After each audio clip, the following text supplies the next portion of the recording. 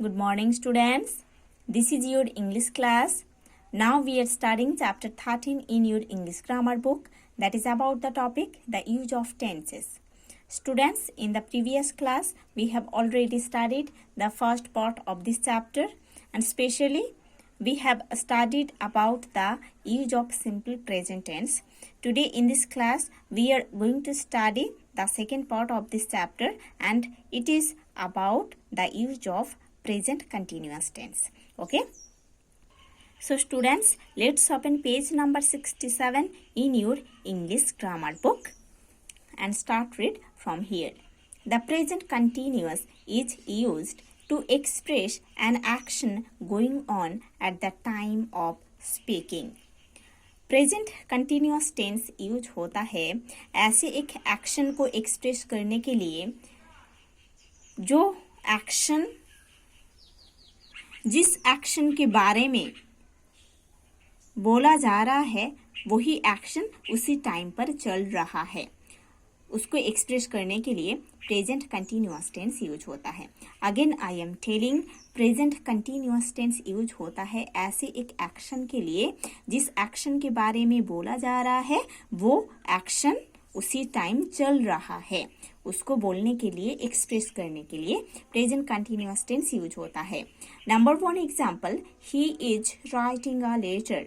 He is writing a letter, उन्होंने एक letter लिख रहे हैं, है ना. तो ऐसे बोला जा रहा है उन्होंने एक लेटर लिख रहे हैं, तो बोलने के टाइम, है ना, बोलने के टाइम वो लेटर लिखने का काम चल रहा है ना. इसीलिए ये सेंटेंस प्रेजेंट कंटिन्यूअस टेंस में है. Number 2 example, the boys are playing hockey. Boys hockey खेल रहे हैं, है ना. ये जो एक्शन है उसको जिस टाइम पर बोला जा रहा है उस टाइम पर बॉयज हॉकी खेल रहे हैं, है ना. वो एक्शन उसी टाइम पर चल रहा है जिस टाइम पर उस एक्शन के बारे में बोला जा रहा है. ठीक है. Next point, to indicate an action that is planned to take place in the near future. Present continuous tense use होता है ऐसे एक एक्शन और वर्क के लिए जो वर्क को प्लान किया गया है जो कि नियर फ्यूचर में होने वाला है. ठीक है. ऐसे एक एक्शन के लिए हम प्रेजेंट कंटिन्यूअस टेंस को भी यूज करते हैं. जो एक्शन को प्लान किया गया है वो नियर फ्यूचर में वो एक्शन होने वाला है. Example number 1, I am going to Mumbai tomorrow. ठीक है. टुमारो मैं मुंबई जा रही हूँ. टुमारो मैं मुंबई जाने वाली हूँ. ठीक है, ये बेटर रहेगा. टुमारो मैं मुंबई जाने वाली हूँ. ठीक है. टुमारो है ना, मीन्स नियर फ्यूचर.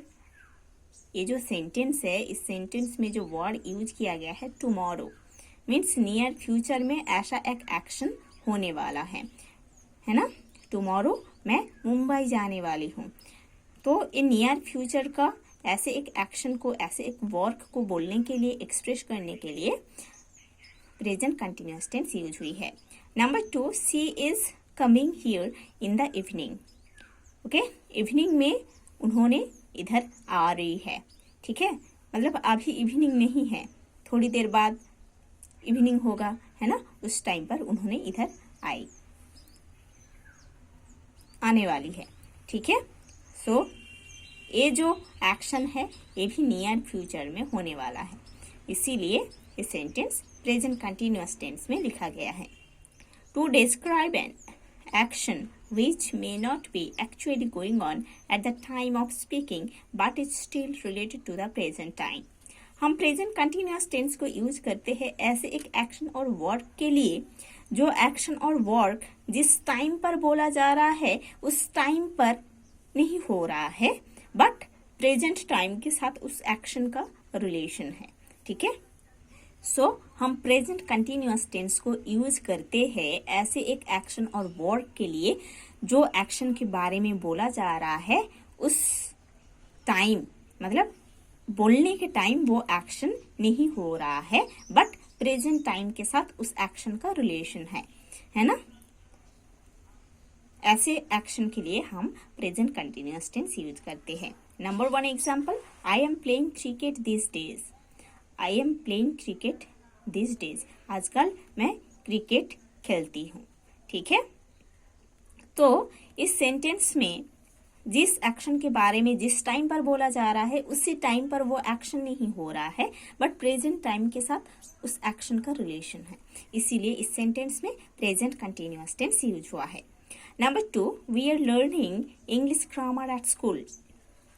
हम स्कूल में इंग्लिश ग्रामर सीखते हैं, है ना, सीख रहे हैं, हम स्कूल में इंग्लिश ग्रामर सीख रहे हैं।